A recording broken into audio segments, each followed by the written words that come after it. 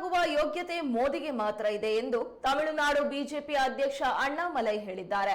ಭದ್ರಾವತಿಯಲ್ಲಿ BJP ಪ್ರಚಾರ ಸಭೆ ನಡೆಸಿ ಅವರು ಮಾತನಾಡಿದರು. ಪಟ್ಟಣದ ಹಳೆ ನಗರದ ಕನಕ ಮಂಟಪ ಮೈದಾನದಲ್ಲಿ ಬೃಹತ್ ಬಹಿರಂಗ ಸಭೆಯಲ್ಲಿ ಪಾಲ್ಗೊಂಡು ಅವರು ಮಾತನಾಡಿದರು. INDIA ಒಕ್ಕೂಟದಿಂದ ದೇಶದ ಅಭಿವೃದ್ಧಿ ಅಸಾಧ್ಯ. ಸದಾಕಾಲ ದೇಶದ ಭದ್ರತೆ, ರಕ್ಷಣೆ, ಬಡವರ ಚಿಂತನೆ ಹೊತ್ತು ಹಲವು ಯೋಜನೆಗಳನ್ನ ನೀಡಿರುವ ಮೋದಿ ತಮ್ಮ ಸ್ವಂತಕ್ಕಾಗಿ ಏನು ಕೇಳಿಲ್ಲ. ಆದರೆ ನಾವೆಲ್ಲ ಒಂದಾಗಿ ನೀಡುವ ಮತವು ಮೋದಿ ಅವರಿಗೆ ಸಲ್ಲಬೇಕು ಎಂದು ಈ ಸಂದರ್ಭದಲ್ಲಿ ಅವರು ಹೇಳಿದರು. ಇದಾದ ಬಳಿಕ ಅವರು ಶಿವಮೊಗ್ಗದಲ್ಲೂ ಸಂಸದ BY ರಾಘವೇಂದ್ರ ಅವರ ಪರ ಪ್ರಚಾರ ಕಾರ್ಯವನ್ನ ನಡೆಸಿದ್ರು. ಸ್ಥಳೀಯ ಬಿಜೆಪಿ ಮುಖಂಡರು, JDS ಮುಖಂಡರು ಅಣ್ಣಾಮಲೈ ಅವರಿಗೆ ಸಾಥ್ ಕೊಟ್ಟಿದ್ರು.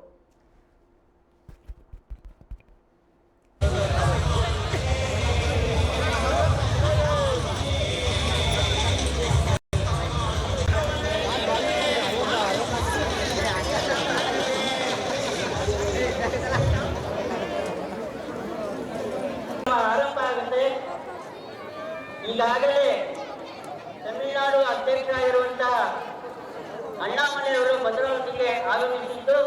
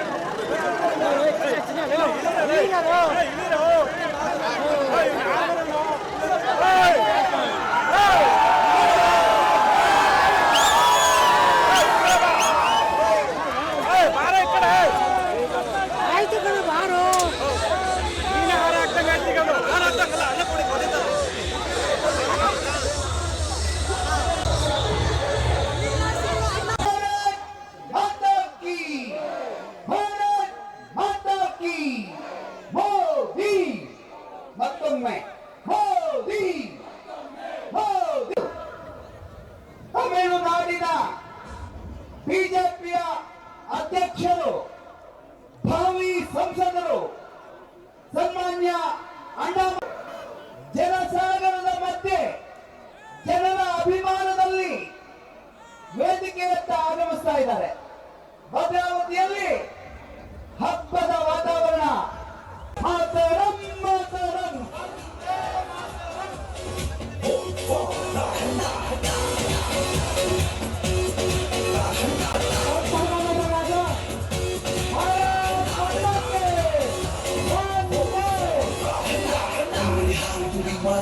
ಹಿಮಾಚಲದಿಂದ ಹೆದ್ದಾರಿಯಲ್ಲೂ ಅನುದಾನ ಬಂದು ದೆಹಲಿಯಿಂದ ತಮ್ಮಿಗೆ ತಕ್ಕ ಮನದಂತೆ ಹಿಡಿದರು ರೈತರ ಹಿತಕಾದು ಕೆರೆ ಕಟ್ಟೆಗಳ ತುಂಬಿಸಿಕೊಟ್ಟರು ಜನ ರಾಶಿಯಂತಂದು ಕ್ಷೇತ್ರದ ಅಭಿವೃದ್ಧಿಯ ಕಡೆಗೆ ಸೂತ್ರವ ಹಿಡಿದ ನಿಮ್ಮ ನಡಿಗೆ ವೈದ್ಯರು ಹೇಳಿದ ಪ್ರಗತಿಯ ಬಗ್ಗೆ ನೋಡು ಕೆಲಸದ ವೈದ್ಯರು ನಾಡಿಗೆ ಮಾದರಿ ಬಗ್ಗೆ ಸೇವೆ ಹುಡುಗಾಡಿದ್ದೆ ಜನ್ಮಾನ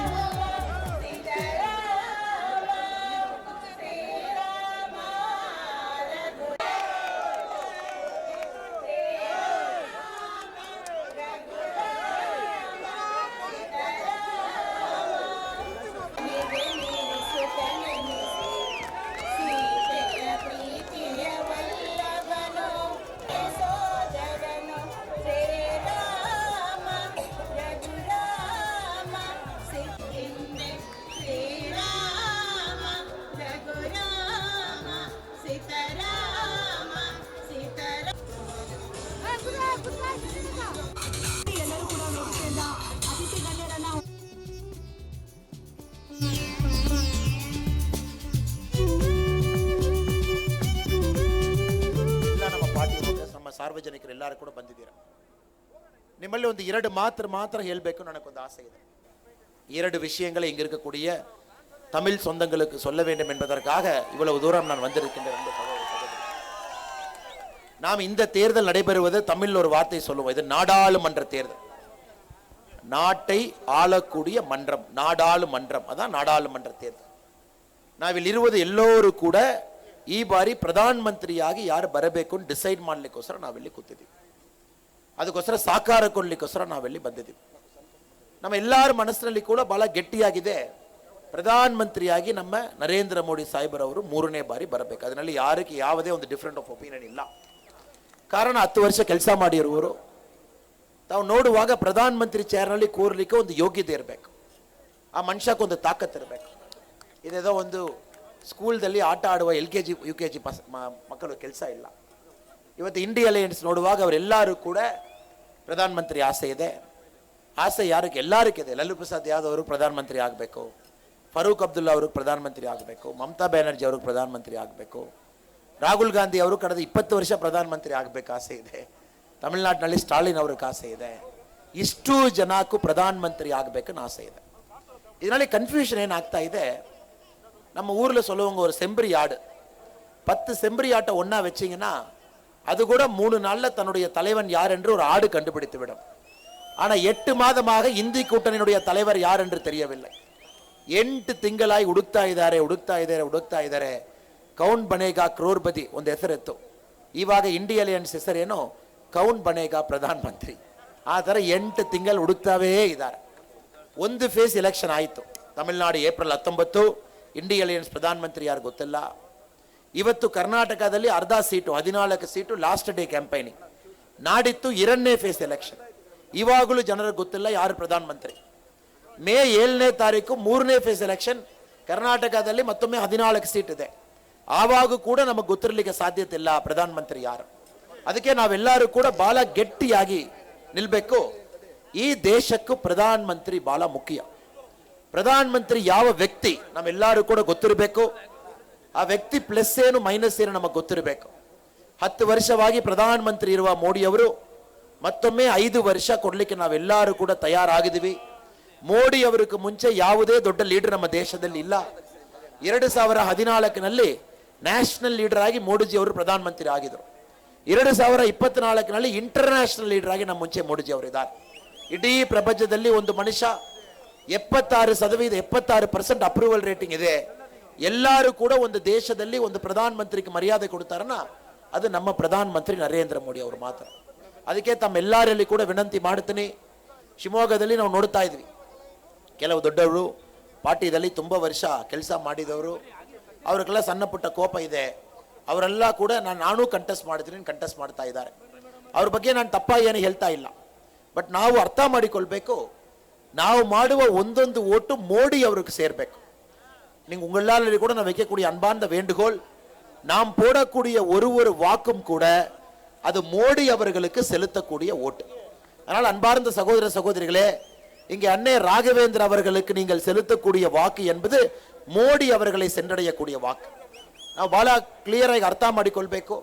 2024 ಚುನಾವಣೆಯಲ್ಲಿ ನಾವು ಮಾಡುವ ಒಂದೊಂದು ಓಟು ಕೂಡ ಮೋಡಿ ಅವರಿಗೆ ಸೇರ್ಪಡೆಯಾಗಬೇಕು. 10 ವರ್ಷ ಮೋಡಿ ಅವರು ಒಳ್ಳೆಯ ಕೆಲಸ ಮಾಡಿದ್ದಾರೆ, ಬಹಳಷ್ಟು ಕಷ್ಟಪಟ್ಟು ಕೆಲಸ ಮಾಡಿದ್ದಾರೆ. ಸೊ ನಾವು ಬಹಳ ಕ್ಲಿಯರ್ ಆಗಿ ನಿಲ್ಕೊಳ್ಬೇಕು. ನಾವು ಮಾಡುವ ಒಂದೊಂದು ಓಟು ಲೋಟಸ್ನಲ್ಲಿ ಅದು ಮೋಡಿಜಿ ಅವ್ರಿಗೆ ಹೋಗ್ಬೇಕನ್ನ ಅಣ್ಣ ರಾಘವೇಂದ್ರ ಅವರಿಗೂ ನಾವು ಓಟ್ ಮಾಡಬೇಕು. ಕಳೆದ ಬಾರಿ 2,50,000 ಡಿಫರೆನ್ಸ್ನಲ್ಲಿ ಗೆದ್ದಿದ್ರು. ಈ ಬಾರಿ ನಾವೊಂದು ಟಾರ್ಗೆಟ್ ಇಟ್ಕೊಳ್ಬೇಕು. ರಾಘವೇಂದ್ರ ಅಣ್ಣಕ್ಕೂ 2,50,000 ಕೊಡೋಣ ಮಾರ್ಜಿನ್ನು, ಮೋಡಿಜಿ ಅವರಿಗೆ ಇನ್ನೊಂದು 2 ಲಕ್ಷ ಆಡ್ ಮಾಡೋಣ. 4,50,000 ಮಾರ್ಜಿನ್ನಲ್ಲಿ ನಮ್ಮ ಅಣ್ಣ ರಾಘವೇಂದ್ರ ಅವರು ಶಿವಮೊಗ್ಗ ಪಾರ್ಲಿಮೆಂಟ್ನಲ್ಲಿ ಗೆಲ್ಲಿಸಿ ಇಲ್ಲಿருந்து ನಾವು ಡೆಲ್ಲಿ ಕಳಿಸೋಣ. ನಾವೆಲ್ಲರೂ ಕೂಡ ಸಂಕಲ್ಪ ತಗೊಳ್ಬೇಕು. ಕಾರಣ 10 ವರ್ಷ ಮೋಡಿಜಿ ಅವರು ಮಾಡಿದ ಕೆಲಸ ಬಡವರಿಗೂ, ರೈತರಿಗೂ, ಮಹಿಳೆಯರವರಿಗೂ, ಯುವಕರಿಗೂ ಮೋಡಿಜಿ ಅವರ ಕೆಲಸಕ್ಕೆಲ್ಲ ನಾವು ಕೂಲಿ ಕೊಡುವ ಸಂದರ್ಭ ಇದು. 2024 ಮೇ 7ನೇ ತಾರೀಕು ಶಿವಮೊಗ್ಗದಲ್ಲಿ 10 ವರ್ಷ ಮೋಡಿಜಿ ಅವ್ರಿಗೆ ನಾವು ಏನೇನು ಕೆಲಸ ಮಾಡಿದ್ರು. 2 ಬಾರಿ ವ್ಯಾಕ್ಸಿನ್ ಕೊಟ್ಟಿದ್ರು, ರೇಷನ್ನಲ್ಲಿ 5 ಕಿಲೋ ಅಕ್ಕಿ, 1 ಕಿಲೋ ಪಪ್ಪು ಕೊಡ್ತಾ ಇದ್ದಾರೆ. ಎಲ್ಲ ಕಡೆಯಲ್ಲಿ ಕೂಡ ಮೋಡಿ ನಮಗೂ ಮನೆ ಯಾರಿಗೆಲ್ಲ ಮನೆ ಕೊಡ್ತಾ ಇದ್ದಾರೆ, ಟಾಯ್ಲೆಟ್ಗೆ ಯಾರಿಗೆಲ್ಲ ಟಾಯ್ಲೆಟ್ ಕಟ್ಕೊಟ್ಟಿದ್ದಾರೆ. ಎಲ್ಲ ಕೆಲಸ 10 ವರ್ಷ ಏನು ಎಕ್ಸ್ಪೆಕ್ಟೇಷನ್ ಇಲ್ಲದೆ ಮೋದಿಜಿ ಅವರು ಯಾವಾಗಲೂ ಕೂಡ ನಮ್ಮಲ್ಲಿ ಹೇಳಿಲ್ಲ, ಇಷ್ಟು ನಿಮಗೆ ಮಾಡ್ತಾ ಇದ್ದೀನಿ, ವಾಪಸ್ ನೀವು ನನಗೇನು ಮಾಡ್ತೀರಾ, ಇದುವರೆ ಹೇಳಿಲ್ಲ. ನಾವು ಈ ಬಾರಿ ಮೋದಿ ಅವರಿಗೆ ಕೂಲಿ ಕೊಡಬೇಕು. ಅವ್ರು ಮಾಡಿದ ಕೆಲಸಕ್ಕೆಲ್ಲ ವಾಪಸ್ ನಾವು ಕೂಲಿ ಕೊಡಬೇಕು. 2024 ಮೇ 7ನೇ ತಾರೀಕು ನಾವೆಲ್ಲರೂ ಕೂಡ ಶಿವಮೊಗ್ಗ ಈ ಕ್ಷೇತ್ರದಲ್ಲಿ ದೊಡ್ಡ ಒಂದು ಸಂಖ್ಯೆಯಲ್ಲಿ ವೋಟ್ ಮಾಡಿ ನಮ್ಮಣ್ಣ ರಾಘವೇಂದ್ರ ಅವರು 4.5 ಲ್ಯಾಕ್ ವೋಟ್ ಮಾರ್ಜಿನ್ನಲ್ಲಿ ಅವರು ನಾವು ಗೆಲ್ಲಿಸಿ ಇಲ್ಲರಿಂದ ನಾವು ಡೆಲ್ಲಿ ಕಳಿಸ್ಬೇಕು. ನಿಮ್ಮೆಲ್ಲರಲ್ಲಿ ಕೂಡ ನಾನು ವಿನಂತಿ ಮಾಡ್ತೇನೆ.